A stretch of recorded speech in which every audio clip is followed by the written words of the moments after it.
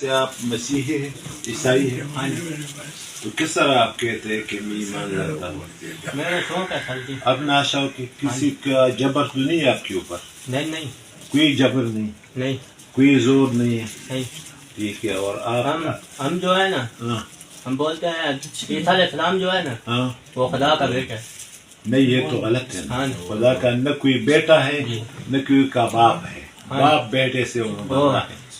7 دن جو مرضی کرو نا اور 8ویں دن نہاؤ کہ نہیں نہاؤ عبادت پہ چلے جاتے. یہ تو آپ لوگوں کے نہیں، عیسیٰ علیہ السلام کا یہی دین نہیں تھا، ان کا یہی عقیدہ نہیں تھا، مگر آپ لوگوں نے اس کا حلیہ بگاڑ دیا ہے. تو اسی وجہ سے الحمدللہ. اور جب حضرت رسول اللہ صلی اللہ علیہ وسلم حضرت محمد الرسول اللہ صلی اللہ علیہ وسلم دنیا پہ آ گئے نا تو ساری دین جو ہے منسوخ ہو گئے، ساری کتابیں منسوخ ہو گئے. سارے انبیاء حق ہے اور حق پہ تھے، ہمارا عقیدہ ہے. مگر جب رسول اللہ صلی اللہ علیہ وسلم آ گئے تو یہ خاتم النبیین ہے، خاتم الرسل ہے، خاتم الانبیاء ہے. تو اسی وجہ سے آگے جو قرآن پاک سے پہلے جو کتابیں وہ منسوخ ہو گئے. قرآن پاک ناسخ ہے، ان کتابوں کے لیے ناسخ ہے. تو آپ اگر دل سے، کیونکہ یہ ایمان جو ہے دل سے کرنا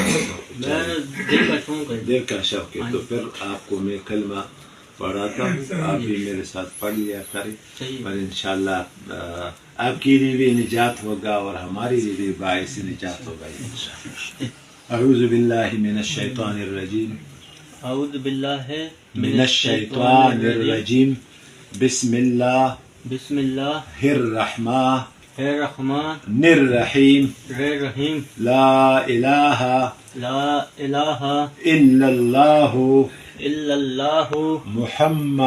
محمد رسول اللہ صلی اللہ علیہ وعلی آلہ وأصحابہ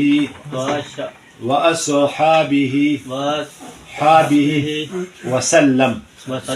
اشہد اللہ الہ الا اللہ واشہد ان محمدا عبدہ ورسولہ.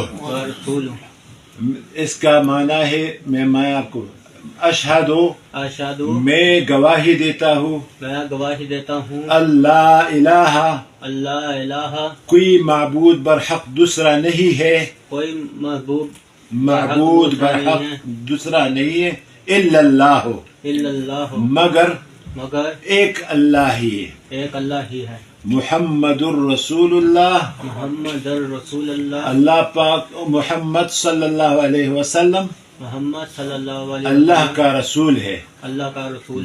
آپ نے اس پر ایمان لایا صدق دل سے؟ ہاں جی. مبارک.